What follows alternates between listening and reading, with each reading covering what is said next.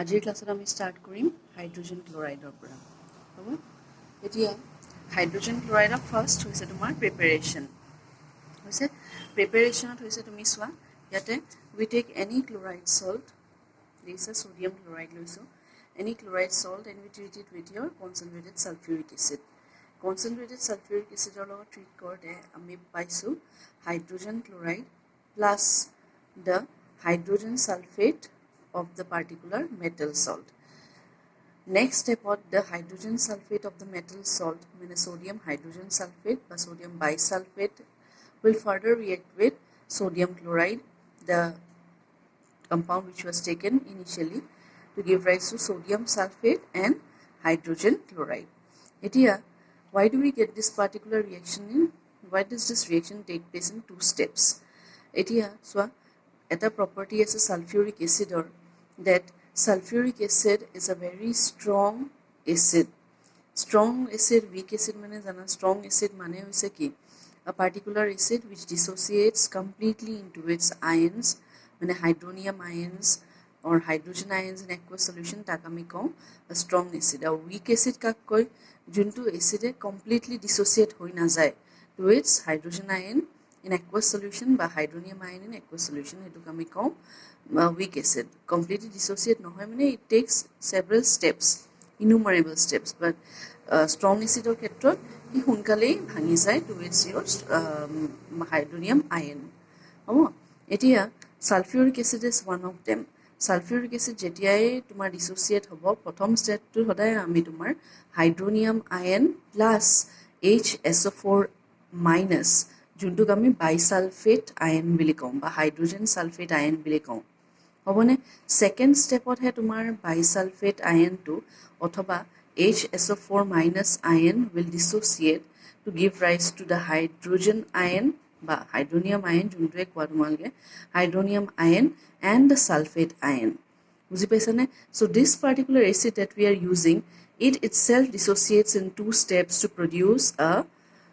produce a bisulfate ion and a sulfate ion.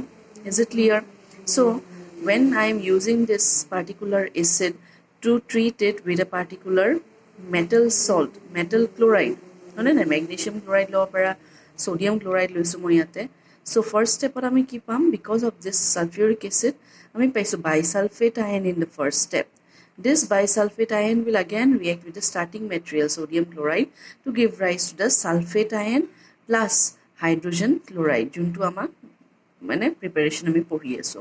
So this is the direct preparation of your HCl. Is it clear? Next we move korim to properties of hydrogen chloride. Hydrogen chloride hydrogen chloride bili bare bare koisu that means we are talking about HCl in its gaseous state. When this same HCl in the gaseous state, hydrogen chloride in the gaseous state comes in contact with water, then in the aqueous solution we find hydronium ions, H arrow H2O, milifele ami pao H3O plus hydronium ion, ba hydrogen ion in aqueous state. Hobo roi gol amar anion ki Cl minus.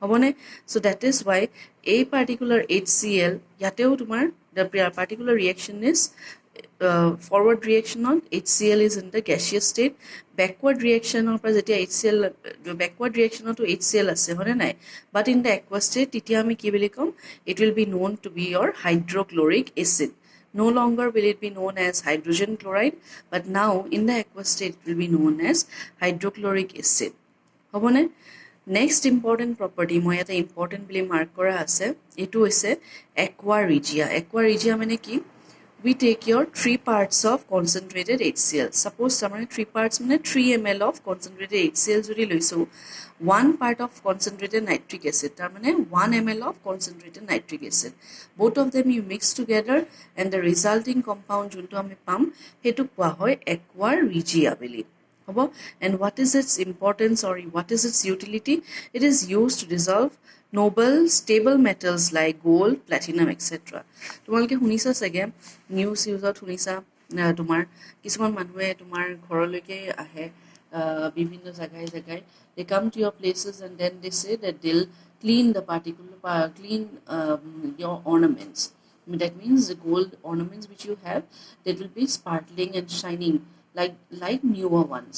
হয়নে নাই নতুনৰ নিচিনাকৈ জিলিকিব বুলি কয় আচলতে তাহাঁতে কি কৰে এই পাৰ্টিকুলাৰ তোমাৰ যোনটো পুৰণা সোণৰ চেইনডাল আছে অলপ হ'লেওতো ক'লা পৰিছে সেইডাল যেতিয়া aqua regia when you dissolve it, what happens is that actually along with the acid some amount of metal also gets deposited in that acid solution.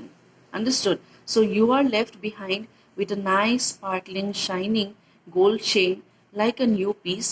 But then when they carry back the particular aqua regia solution, that is the acid solution, they carry gold along with them. Understood?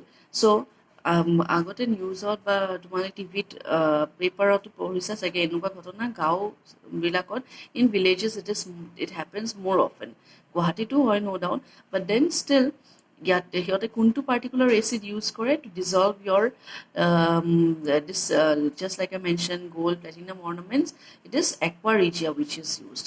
Understood? We do not use your concentrated sulfuric acid or nitric acid, but we use aqua regia, which is aqua regia বুলি সুধিলে কি ক'বা 3 ml of concentrated nitric acid and 1 ml of concentrated দেই ভুল কৈছোঁ 3 ml of concentrated hydrochloric acid and 1 ml of concentrated nitric acid. এই দুটাৰ মিক্সচাৰটোক আমি কি বুলি কওঁ aqua regia. হ'ব